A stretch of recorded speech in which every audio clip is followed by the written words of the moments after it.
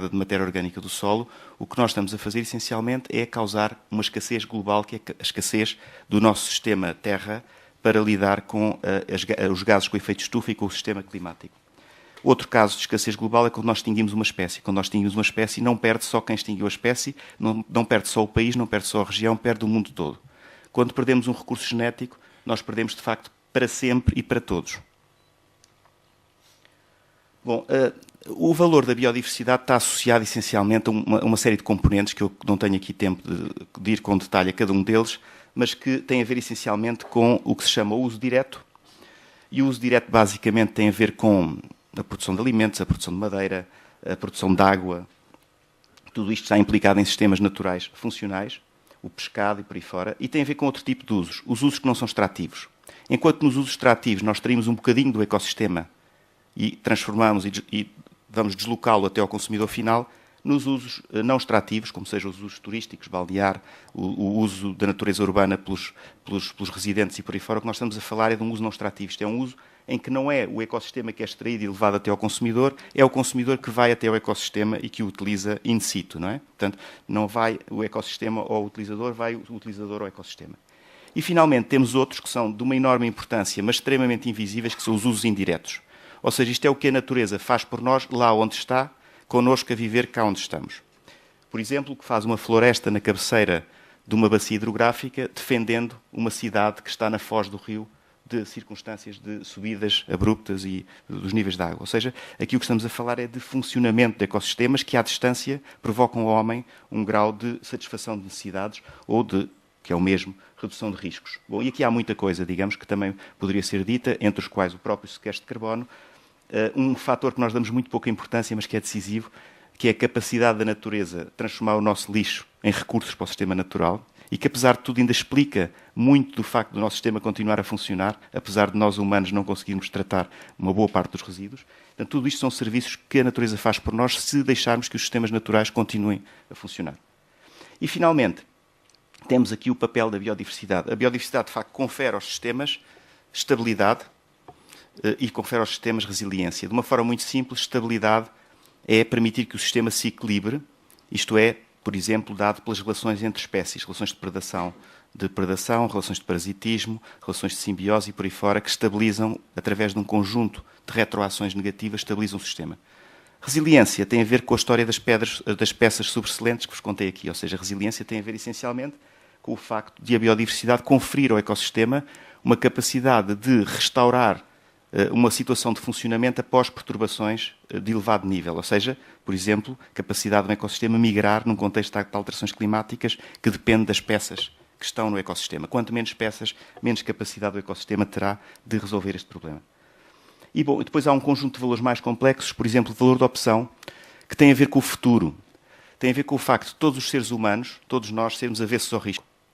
A qualquer de nós, estou convencido que presente aqui nesta sala, que se colocasse o dilema de eu lançar um dado de 6 faces e de poder sair um prémio de 6 milhões de euros ou de passar um cheque imediatamente de 1 milhão de euros, ninguém hesitaria no cheque de 1 milhão de euros. Mas o que é verdade é que as pessoas, além de aceitar o cheque de 1 milhão de euros, se calhar aceitariam 500 mil e se calhar aceitariam 250 mil. Ou seja, ao contrário de muitos critérios de decisão que a gente usa, nomeadamente na área das ciências naturais, da ecologia, que é o valor esperado, a média, nós não reagimos a valores esperados. Nós reagimos fortemente, de forma fortemente a riscos. Somos fortemente avessos a riscos.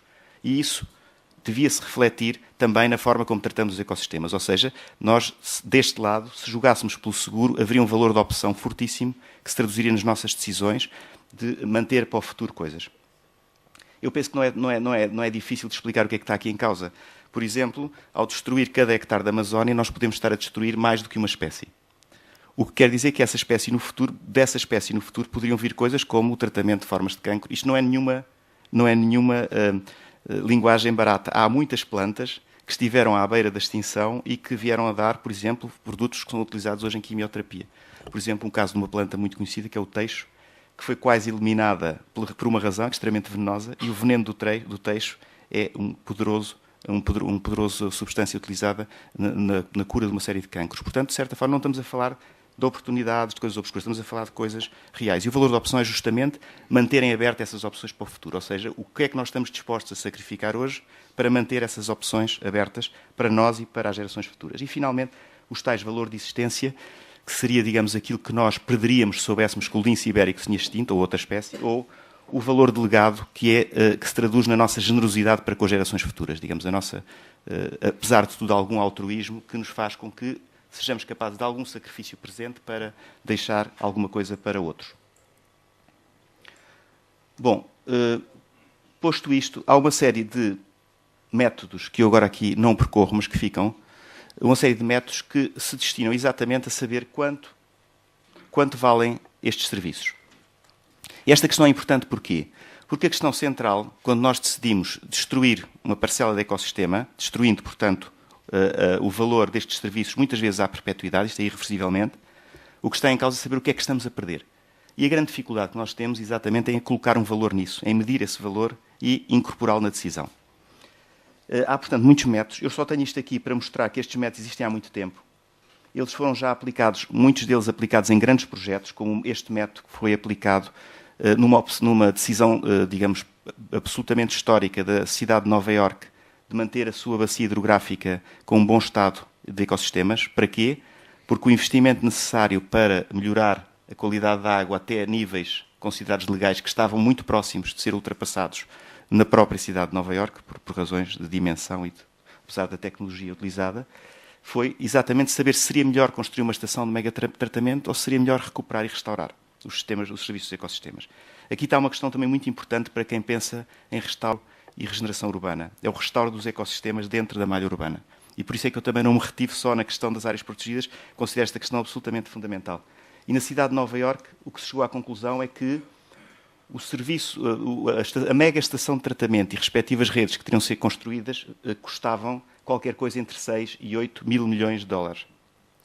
O investimento em restauros e, portanto, isto traduz o valor dos serviços dos ecossistemas. Ou seja, ao restaurar os serviços dos ecossistemas, se isso for tecnicamente viável, nós estamos a poupar 6 a 8 mil milhões de dólares. Ou seja, quem está responsável pela qualidade da água, neste caso quem procura, o agente do lado da procura, está disposto a pagar até 6 a 8 mil milhões pelo restauro dos serviços dos ecossistemas, se eles evitarem a construção daquela estação de tratamento. E aconteceu que a cidade de Nova Iorque está neste momento a conseguir, através do restauro dos serviços dos ecossistemas, custou apenas 2.500 milhões de dólares, cumprir exatamente os mesmos serviços. Bom, este método chama-se, portanto, o método dos custos de substituição e dá um pouco a ideia do tipo de métodos que nós utilizamos em economia para pôr um valor nos serviços dos ecossistemas. Há mais. O método das funções de dose-resposta poderia ser facilmente pensado em associação, por exemplo, com o problema das poeiras que invadem as cidades da China e que tem a ver essencialmente com a indústria, mas também essencialmente com a desertificação, com a erosão eólica causada nas zonas semidesérticas a oeste, dentro da China, e que pôs em causa, em parte, a realização dos Jogos Olímpicos, porque, de facto, do ponto de vista de saúde, não era uma situação muito interessante pôr pessoas em esforço respiratório máximo com partículas sólidas em suspensão. Bom, e há aqui métodos também que se utilizam para este tipo de problemas, saber quanto é que vale o restauro dos serviços de conservação do solo por parte dos ecossistemas dos desertos e dos pré-desertos. Outro método mais utilizado no contexto de recreio é o método do custo da viagem, que foi utilizado muito frequentemente nos Estados Unidos para justificar áreas protegidas. Áreas protegidas que são fortemente valorizadas pela população americana e, nomeadamente, pelas que os visitam. Este método teve uma circunstância de aparecimento muito interessante. Surgiu por encomenda do presidente do Serviço de Parques e Reservas americanos, digamos o equivalente na altura, em 1947, aqui ao engenheiro Tito Rosa, que fez uma encomenda às várias universidades americanas e das quais todos eles responderam que era impossível. Era impossível medir o valor do sistema de áreas protegidas. E a razão pela qual era impossível é que não havia mercados. E os economistas só sabiam naquela altura funcionar em valor com mercados. E há um economista, que mais tarde é Prémio Nobel da Economia, Harold Hotelling, e que faz uma proposta que, curiosamente, o tempo não estava preparado para receber, porque esteve 20 anos na gaveta, e este mesmo método voltou a ser inventado em 1968, portanto, exatamente 20 anos depois, e só 10 anos depois é que se descobriu a proposta original do Hotelling.